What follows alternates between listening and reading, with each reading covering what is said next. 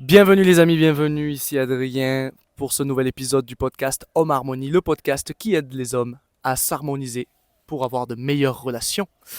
Aujourd'hui, nous allons ensemble découvrir les 4 points que j'ai pu partager sur une vidéo Instagram. Si vous ne me suivez pas sur Instagram, n'hésitez pas, adrien.mas sur Insta, où j'ai partagé 4 points essentiels pour avoir une relation harmonieuse en 2025 avec sa femme, sa petite amie, sa conjointe, peu importe. Ces 4 points-là, je les trouve essentiels et très importants et on va ensemble les décortiquer pour mieux comprendre les enjeux autour de ces points-là et comment ils peuvent nous aider justement à avoir des relations beaucoup plus harmonieuses avec les femmes.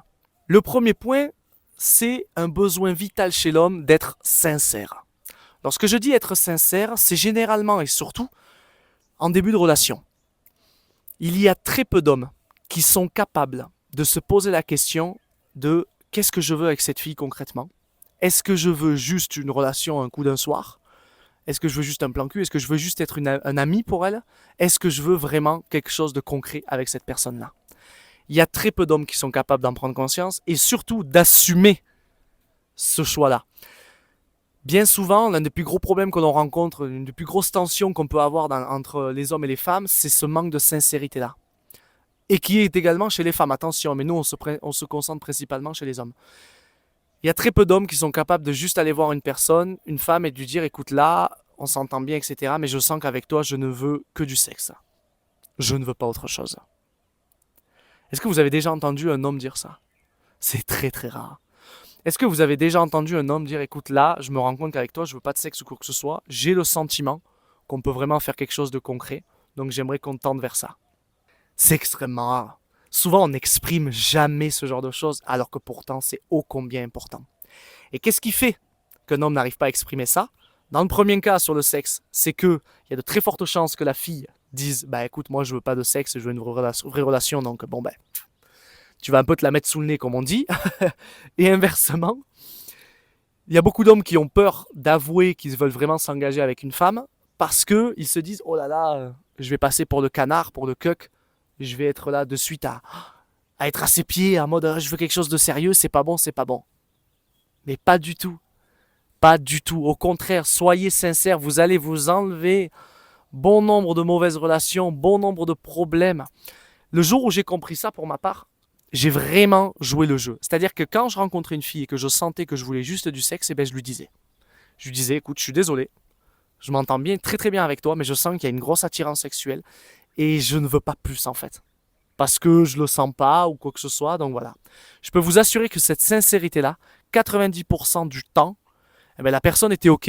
Et derrière, eh ben, elle se disait OK, bon ben tu veux peut-être pas plus, mais c'est pas grave, ça me va aussi qu'on ait juste ce rapport un peu sexuel ensemble. Et voilà. Et en fait, ça se passait très bien. On avait une entente là-dessus, il n'y avait pas de tension et on pouvait kiffer à 100% ce jeu sexuel-là sans avoir ce truc d'attente un peu en mode oh là là, est-ce qu'il veut plus ou pas, etc. Et si ça arrivait, si à un moment donné l'un des deux voulait plus, eh ben l'autre il exprimait et puis on voyait. À un moment donné, moi ça m'est arrivé, la personne voulait plus, moi je ne voulais pas. Ok, eh ben on arrête là. En fait, comme deux humains intelligents, en fait, qui sont capables de prendre des choix, de partager ce qui se passe, de discuter, de communiquer, de dire, ben écoute, toi tu veux plus, au final, moi je veux pas, je vois qu'il y a que de l'attirance sexuelle. Ok, ben on arrête là. Voilà. Tant pis pour elle parce qu'elle aura pas plus, tant pis pour moi parce que j'aurais pu ce lien sexuel avec cette personne-là. C'est pas grave. Je trouverai quelqu'un d'autre, elle trouvera quelqu'un d'autre avec qui on pourra, entre guillemets, s'entendre. C'est aussi simple que ça. Et pareillement, si à un moment donné vous voulez vous engager concrètement avec quelqu'un, partagez-lui. Pas besoin de lui partager en mode je vais me marier, non, je veux qu'on se marie, etc. Non, juste établir les bases. Écoute, moi là je sens qu'il y a peut-être il y a moyen que toi et moi on fasse quelque chose de concret. Voilà. Je veux pas qu'on se précipite, mais voilà, je te partage ça parce que je trouve que c'est important et pour te montrer que il y a une, je crois en nous. Il y a une possibilité qu'il y ait vraiment quelque chose d'intéressant. Est-ce que toi tu es dans le même mood ou pas? Dans les deux cas, c'est cadeau.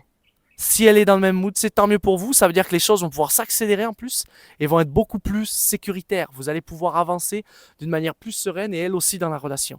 Et inversement, si elle n'est pas dans le mood, eh ben tant mieux. Tant mieux. Ça veut dire qu'au final, ça n'arrivera jamais. Parce qu'il ne faut pas se leurrer. On le sait dès le départ. Si la personne que l'on vient de rencontrer, on veut quelque chose de concret ou pas. Même si on peut avoir des doutes, on ne sait pas trop, etc., je peux vous assurer qu'au fond, on le sait. Ça ne sert à rien de se mentir. On le sait quand on veut que du sexe, on le sait quand on veut que de l'amitié, et on le sait aussi quand on se dit « Waouh, il y a peut-être un truc à faire là. Il y a peut-être une belle relation à développer avec cette personne-là. » Ça, c'est le premier point essentiel pour aujourd'hui avoir de meilleures relations en 2025 avec les femmes ou avec votre compagne. Si évidemment vous êtes en couple, c'est la même chose. Soyez sincères, osez partager, et on va y venir maintenant sur le deuxième point, osez partager vos peurs, vos craintes, vos faiblesses. J'en ai parlé lors de l'épisode numéro 2 sur les hommes, les pseudo-hommes forts et leur incapacité à partager leurs faiblesses et les conséquences de ne pas partager tout ça. C'est essentiel. C'est essentiel de partager vos faiblesses, de partager vos peurs, vos craintes, etc. auprès de votre bien-aimé. La relation va passer à un niveau supérieur si vous faites ça. Vous avez un gars que vous aimez pas au boulot, vous le détestez. Si un jour il vient vous voir et vous voyez qu'il est dans le mal et qu'il vous dit ben ouais, ça fait 7 mois que ma femme ça va pas parce qu'en fait elle a un cancer en phase terminale, c'est très compliqué à la maison. Je peux vous assurer que si cette personne-là vous partage ça, votre relation va complètement changer. Votre perception de cette personne va être totalement différente. Elle va être bien plus bienveillante, bien plus positive. Et je peux vous assurer qu'il y a de fortes chances qu'au final, vous liez vraiment une amitié avec cette personne, alors qu'au tout début, l'un comme l'autre, vous ne pouvez pas vous blairer. C'est là la force de se montrer vulnérable, d'oser partager ses faiblesses. La relation, elle passe à un stade supérieur. Et croyez-moi, si vous osez, vous permettez de faire ça avec votre compagne, la relation va passer à un level totalement différent. Pourquoi ? Parce que déjà, dans un premier temps, on admire toujours quelqu'un qui est capable de montrer et d'assumer ses faiblesses. Deuxième chose, vous allez montrer un vrai visage à votre partenaire, votre vrai visage. Le visage de quelqu'un qui est aussi un être humain avec des forces mais aussi des faiblesses. Et il n'y a rien de plus gratifiant, de plus beau que d'être en face de quelqu'un qui est vrai. Personne n'aime être en face de quelqu'un qui est faux ou qui dégage quelque chose de faux. On n'aime pas ça. On a envie de voir de l'authenticité chez l'autre, on a envie de voir de la vérité. Et lorsque vous partagez votre faiblesse, vous êtes authentique vis-à-vis de l'autre. Et la relation passe à un stade supérieur. Ne me croyez surtout pas, n'écoutez pas ce que je suis en train de vous dire, expérimentez-le. Je l'ai testé et je l'ai approuvé constamment. À chaque fois que j'ai pu montrer ma vulnérabilité auprès d'une femme, il y a vraiment quelque chose qui s'est passé. Que ce soit une femme pour une relation, une vraie relation sérieuse, mais également même pour une relation style plan cul. Je vais vous donner un exemple. Il y a eu un hiver où j'ai rencontré une jeune femme et un jour, on savait qu'il allait se passer, il y a un soir, on allait au resto, on savait qu'on allait dormir ensemble, on savait que l'un comme l'autre, on allait passer à la casserole. Et je stressais vachement. Je stressais vachement de ne pas pouvoir être capable de la satisfaire, etc. Et à un moment donné, j'ai tenté, j'ai dit, je vois que je suis en train de stresser par rapport à ça, parce que j'ai envie que ça se passe bien, en fait. J'ai envie qu'on kiffe. Et je peux vous assurer qu'en fait, elle vivait exactement la même chose. Il n'y a pas de hasard, on est constamment dans le miroir. Et elle aussi, elle m'a partagé sa peur. Elle m'a dit, j'avoue, moi aussi, j'ai très peur. Pourtant, je suis confiante là-dessus, mais je vois que j'ai peur là, etc. Et du coup, le soir, on est allés ensemble, on a mangé ensemble, etc. On a fait ce qu'on avait à faire. Et je vais vous le dire sincèrement, ça a été ma meilleure première fois. Alors que pourtant, ça faisait plus de 15 ans que j'avais passé ma première fois avec ma copine à l'époque. Je peux vous assurer sincèrement que ça a été ma meilleure première fois. Parce qu'on s'était montré vulnérable, la relation est passée à un autre level et on a eu une connexion ce jour-là que on n'aurait pas eu si en fait on n'avait pas partagé ça. Donc, faites-moi confiance, expérimentez. Osez vous montrer vulnérable auprès de votre compagne. N'ayez pas peur, n'écoutez pas votre ego qui est là en train de vous dire « Ah bah là, mais si tu dis que tu avais peur de perdre ta compagne, là, machin, oh là là, il va dire qu'elle va te prendre pour un faible et tout. » Mais tout ça, c'est du bullshit. C'est du bullshit. Les seules personnes qui disent ça, c'est votre ego et c'est les gens frustrés qui n'arrivent pas à avoir de belles relations amoureuses. Ne les écoutez pas.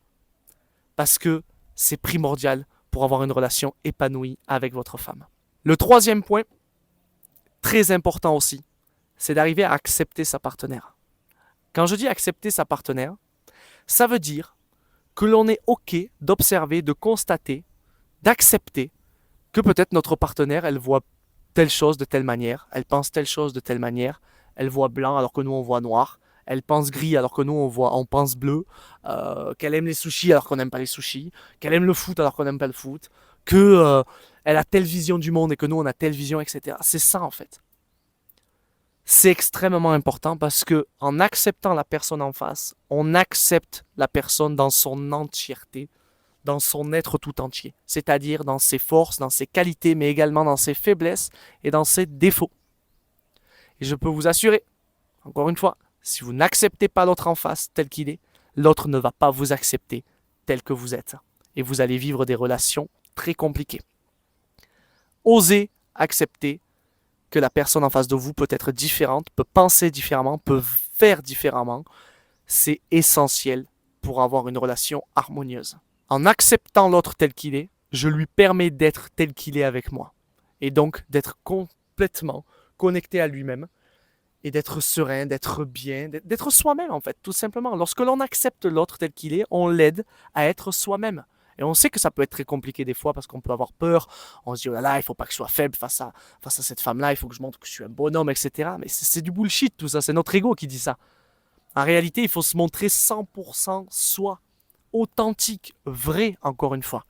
Et c'est comme ça que l'autre va tomber sur le charme. C'est comme ça que vous allez vous sentir bien dans une relation. C'est comme ça que vous allez pouvoir vous épanouir dans votre relation. Donc prenez le temps d'accepter votre partenaire. Ça ne veut pas dire que vous allez être d'accord. Il y a peut-être des trucs que vous n'allez pas être d'accord. Vous avez peut-être des trucs que vous allez dire, mais je ne comprends pas pourquoi. Mais c'est comme ça. Et c'est OK. C'est la vraie acceptation. Souvent, ce qui nous empêche d'accepter l'autre tel qu'il est, dans son comportement, etc., c'est des peurs. Il y a des peurs. Il y a la peur peut-être d'être trahi par cette personne-là. Je vais vous donner un exemple. La personne avec qui je suis actuellement est quelqu'un qui est très ouvert sur le sexe. Très ouvert, etc. Et du coup, c'est vrai que moi aussi, donc ça se passe très très bien. Mais j'ai une tendance à doser avec qui j'en parle. Parce que je sais qu'on peut très vite être jugé, etc. Elle n'a pas de filtre là-dessus. Elle peut très bien en parler avec tout le monde, elle n'est pas gênée. Et c'est un comportement qui, moi, me dérangeait énormément. J'ai pas à comprendre ce comportement. J'ai pas à être d'accord avec ce comportement-là. J'ai juste à l'accepter. Et ce qui m'empêche d'accepter ça, ce sont des peurs. J'avais les peurs de... en fait, si jamais elle fait ça avec des mecs, ils vont l'avoir de telle manière, ils vont l'avoir comme un objet, ils vont peut-être se dire qu'il y a une possibilité d'eux, etc. Donc moi, ça va me faire vivre de l'insécurité, tout ça, tout ça. C'est ça le mécanisme, en fait. Sans m'en rendre compte, j'essaie de la contrôler un tout petit peu. Attention, je ne veux pas que tu agisses comme ça, parce que j'ai peur de ci, de ça, de ça. Et on verra dans un prochain épisode les enjeux, notamment vis-à-vis de la blessure de trahison, qui nous pousse constamment à contrôler l'autre. Je sais qu'il y en a pour certains, c'est un gros mot, mais en fait non, on contrôle concrètement l'autre, parfois d'une manière très subtile, parce qu'on a peur que l'autre nous trahisse, etc. Ce sera le sujet d'une prochaine vidéo, d'un prochain épisode. Donc surtout, pensez bien, acceptez l'autre tel qu'il est. Et si vous n'y arrivez pas, posez-vous la question. De quoi j'ai peur si je laisse l'autre agir comme ça, être comme il est? Et là, vous allez en découvrir pas mal sur vous-même. Le dernier point, c'est un point essentiel sur le plan sexuel dans les relations. On sait très bien que l'aspect sexuel est extrêmement important dans une relation de couple. C'est même 50% d'une relation de couple, clairement. Les hommes vont avoir besoin d'accompagner sur le plan sexuel les femmes. Très, très, très souvent. 95% du temps, c'est souvent l'homme qui vit une insatisfaction sur le plan sexuel. Mais la femme aussi, attention, elle a envie aussi. Mais elle ne l'exprime pas. Et les hommes, ils vont avoir tendance à être énormément insatisfaits sur ce plan-là. Et c'est la raison principale pourquoi les hommes vont avoir tendance à tromper. C'est tout simplement parce qu'il y a juste une insatisfaction sur le plan sexuel. Je ferai une vidéo sur le sujet pour vraiment détailler tout ça. Mais ce qui est primordial ici, c'est de prendre conscience que les hommes ont besoin d'accompagner leur petite amie, leur copine, leur compagne, leur femme à s'ouvrir sur le plan sexuel. Ils ont besoin de les accompagner, de les soutenir, de leur faire comprendre que si jamais elle fait telle ou telle position ou telle action, telle ou telle chose sur le plan sexuel, ce n'est pas mal.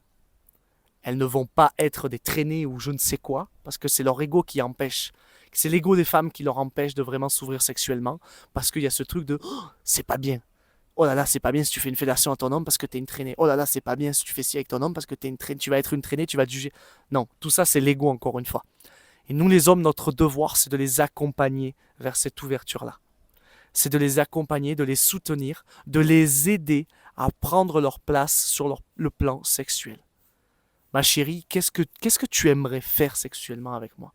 Qu'est-ce que tu aimerais expérimenter? Qu'est-ce que tu aimerais oser? Qu'est-ce que tu aimerais que je te fasse? Tout ça, ce sont des questions essentielles à poser à votre compagne pour lui permettre de prendre sa place et aussi qu'elle se sente en sécurité. Qu'elle se dise, ok, là, il me considère, il montre que je suis important, il montre que mon besoin sexuel est important, que ma satisfaction sexuelle est importante. Donc, ok, ben ouais, j'aimerais peut-être essayer ça, ou faire ci, ou faire cela, ou machin. Ok, allons-y. Qu'est-ce qui aussi poser des questions? Qu'est-ce qui te bloque? Est-ce que tu vis des craintes là-dessus? Est-ce que tu as peur? Bien souvent, il y a beaucoup de femmes qui ont juste peur de mal faire avec leurs hommes. Elles ont peur d'être jugées. J'ai connu une femme qui avait une peur bleue de faire une fellation aux hommes parce qu'elle avait peur de mal faire. Ce qui est paradoxal, c'est que du coup, le fait qu'elle ne le fasse pas, ben en fait, elle ne s'expérimente jamais, elle sera incapable de savoir si elle le fait mal ou pas. En fait, il faut qu'elle expérimente. Et même si, imaginons, elle le fait mal, eh ben, elle a juste à demander à son homme, qu'est-ce que tu préfères? Est-ce que tu préfères quand je fais ceci, que je fais cela? Pourquoi pas regarder des vidéos porno? Tous les gens sont là en train de blâmer le porno, etc. pour ça. Mais il y a un côté éducatif là-dessus. Concrètement, il ne faut pas se leurrer. Est-ce qu'elle n'aurait pas un intérêt à regarder des vidéos, à voir comment certaines femmes peut-être font des fellations aux hommes, etc. Ok, ben je vais pouvoir faire pareil, expérimenter, tester. Et derrière, cette peur bleue qui m'empêchait de m'épanouir sexuellement avec les hommes, elle sera passée. Elle n'y pensera même plus. Elle va pouvoir s'ouvrir plus facilement à l'homme, etc.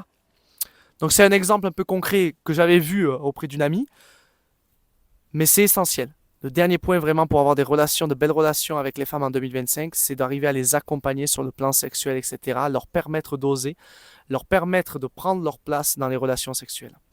Et grâce à ça, je peux vous assurer que vous allez être beaucoup moins satisfait sur le plan sexuel. Il y a évidemment d'autres notions très importantes sur ce plan-là pour justement accompagner sa femme sur le plan sexuel. On en discutera sur un prochain épisode. En attendant, j'espère que cet épisode vous aura plu. N'hésitez pas à vous abonner, à partager, à m'envoyer des messages et des commentaires si vous avez des questions concernant ces points-là, ces notions qu'on a pu soulever aujourd'hui. Je vous dis à très vite. C'était Adrien pour le podcast Homme Harmonie, le podcast qui aime les hommes à s'harmoniser pour de meilleures relations.